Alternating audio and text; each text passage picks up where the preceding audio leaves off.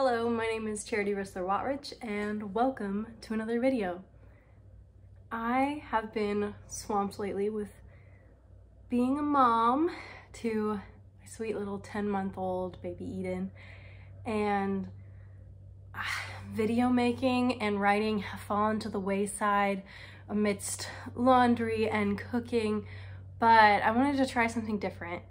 I wanted to see if I could do little short videos, like 5 minutes, and just to get back in the swing of things. For instance, right now, my baby's napping, so maybe now is a little time that I could have to do something that I'm passionate about while I'm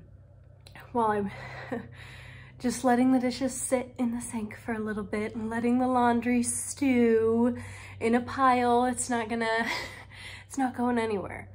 Today, I was thinking that we could talk about cults, what they are. And in my interview with Hope McCoya, she had asked me about it, and I had used an analogy, which I'm probably not the first one to come up with this analogy, but cults are to religion what an abusive relationship is to relationships in general. So what I mean by that is you can be in a religion that's wrong without it being a cult, but I would call the group that I grew up in a cult because of not just the fact that it was wrong, but because of its abusive tendencies. And those can be compared to the way that somebody might be in a relationship that's wrong, but it's not abusive. Leave me a comment of things that you've noticed, similarities between abusive relationships and cults, and just to spark this conversation further. Anyway, let's read some of these. In an abusive relationship, they might be dictating what you wear, like exactly what you wear. They see what you wear when you go out and they're like, oh, you can't wear that. I don't want you seen in that, right? That's something that somebody might do, dictating what you wear. Controlling your spending or financial abuse is something that an abuser might do to make you feel trapped in the relationship or dependent on them. And so that's also something that cults can do. They try to dictate exactly where your money is going, how much of it is going towards your needs, and how much of it is going towards their needs, right? And then isolating you from friends and family. This is something that is done in a cult and in an abusive relationship. Do you see those parallels there? And that is because either, in the abusive relationship, it might be because of some jealousy, but it's also to control. When they say, hey, that relationship is toxic, or hey, your church seems like a cult, you're not going to value what they say as much because you have been distancing yourself from them. They'll use fear tactics, like if you leave, something bad will happen. Cults use this. I definitely heard this in the Message church growing up, where they would tell stories about people who left the Message and then like that night they got in a car crash or something. And I was like, whoa, that's crazy. But an abusive relationship would do that as well. Like if you leave, you won't be able to provide for yourself. If you leave, I'll say X, Y, Z to your friends, like, or if you leave, nobody's gonna believe you.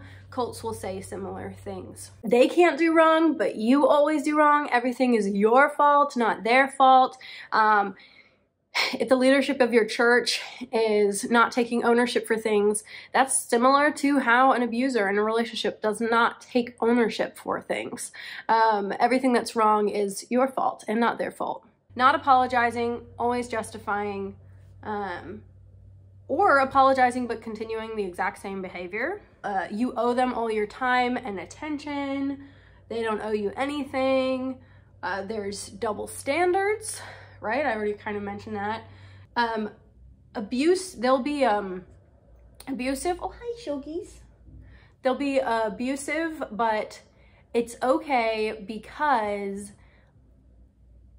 they make you feel special sometimes. You're so lucky to be with them. They could have anybody, but they picked you. And cults are sometimes like that, where you're in this mindset that I'm lucky to be here. So even if I'm not being treated right, I'm lucky to be here. And I can't mess this up. So those are just toxic traits of a relationship and also of a religious group. You can have a few of these things and maybe just be an unhealthy church, or unhealthy, not be a cult, and you could maybe have a few of these things and be in a really unhealthy relationship, but it's maybe not quite abusive. It just needs a lot of help. I'm curious to see what other similarities you found, and where do those analogies end. I'd just love to hear your thoughts in the comments. Anyway, hopefully I can create more videos like this, you know, just one take, minimal editing, because the life of a mother never stops. Thanks for watching. My name is Charity Wottrich, and hopefully I'll see you again soon.